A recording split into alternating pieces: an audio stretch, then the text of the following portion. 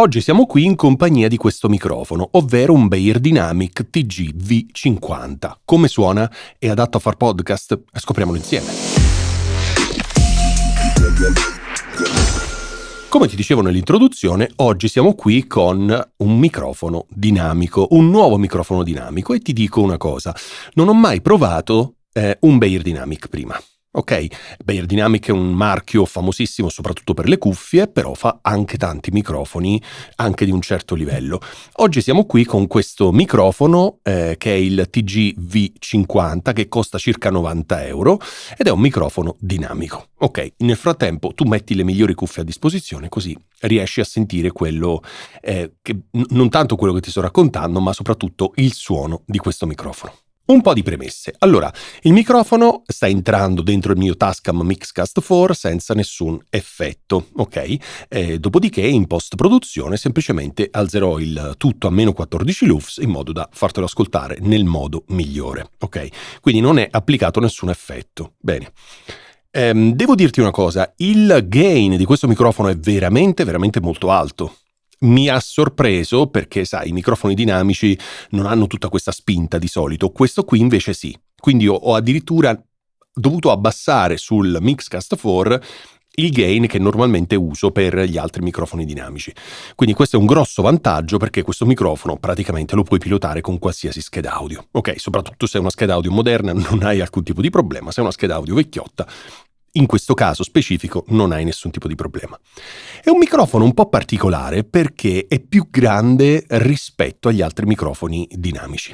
Sai, abituato, non so, alla forma del SM58 della Shure o del clone Behringer XM8005, questo qui è più grande, è più alto ed è più grande, quindi è un microfono massiccio da tenere in mano. Ovviamente io non canto, quindi questo microfono lo userei soltanto per fare voce parlata, per fare podcast. Però sta lì fermo, buono, quindi la dimensione tutto sommato chi se ne frega. Però volevo dirtelo perché è grande. Infatti il supporto che sto usando per mantenerlo all'asta non è quello piccolo, sai, esistono di varie dimensioni, ma è quello un po' più grande. Però comunque ti esce dalla confezione, quindi va bene così. Volevo semplicemente dirtelo per dovere di cronaca, diciamo così. Allora, è un microfono solido, un microfono veramente costruito bene, un microfono pesante, un microfono massiccio, quindi del resto Beyerdynamic è un marchio, insomma, conosciuto, quindi non c'è bisogno che io ne tessi le lodi. Però voglio dire, questo microfono è veramente ben fatto. Ma a noi che cosa interessa? A noi interessa soprattutto il suono. Tu lo stai sentendo, io spero che tu stia mettendo le migliori cuffie che hai a disposizione e stai sentendo me che parlo con questo microfono. È un microfono dinamico, ce lo siamo detti, quindi non ha necessità della 48 volt, ed è un microfono cardioide, con pattern polare cardioide. Che cosa significa? Che prende soprattutto ciò che arriva davanti, un po' di ciò che arriva di lato, come se fosse una sorta di cuore, e quasi zero di ciò che arriva dietro. Quindi è un microfono interessante, molto utile, soprattutto negli ambienti non acusticamente trattati, e soprattutto, visto il suo pattern polare, se orienti la parte posteriore verso la fonte di un eventuale rumore. Ok? In questo caso io lo sto orientando verso questa luce gigante che c'è qui con una ventola al suo interno, quindi dovrei ottenere un ingresso minore di suoni non voluti all'interno del microfono. È un microfono che costa 90 euro circa. Ok, come sai i prezzi fluttuano, io ti lascio i link in descrizione in modo che tu possa vedere quando il prezzo scende. Che cosa te ne sembra? Allora, ti dico le mie impressioni, però mi farebbe piacere leggere anche le tue impressioni, poi se ti va, magari scrivimelo nei commenti, faremo dei test con questo microfono comparato magari allo Shure SM58, al Behringer XM8005, chi più ne ha più ne metta. Ok, però fammelo sapere se ti interessa. Cosa ne penso di questo microfono? Allora, è un microfono che mi ha sorpreso.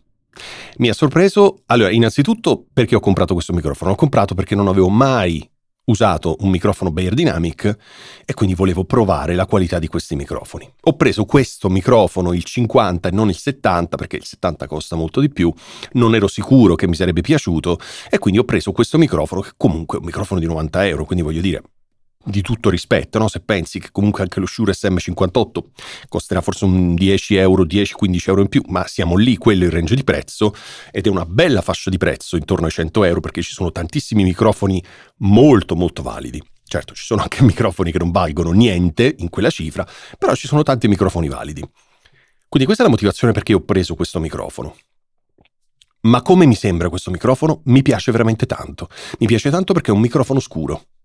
E tu lo sai che io amo i microfoni che non sono troppo squillanti, che non hanno quella spinta sulle frequenze alte, perché sulla mia voce non funzionano. Non funzionano, non vanno bene, ok? Non li preferisco neanche in realtà. E quindi ho preso questo microfono proprio perché avevo visto un po' di review e mi era piaciuto veramente tanto. Quindi ho detto, bah, chissà come calzerà sulla mia voce, no? Perché sappiamo che i microfoni li ascoltiamo dagli altri, anche tu stai ascoltando il microfono sulla mia voce, ma poi come andrà sulla tua voce? Io dico sempre che i microfoni sono un po' come i profumi, no?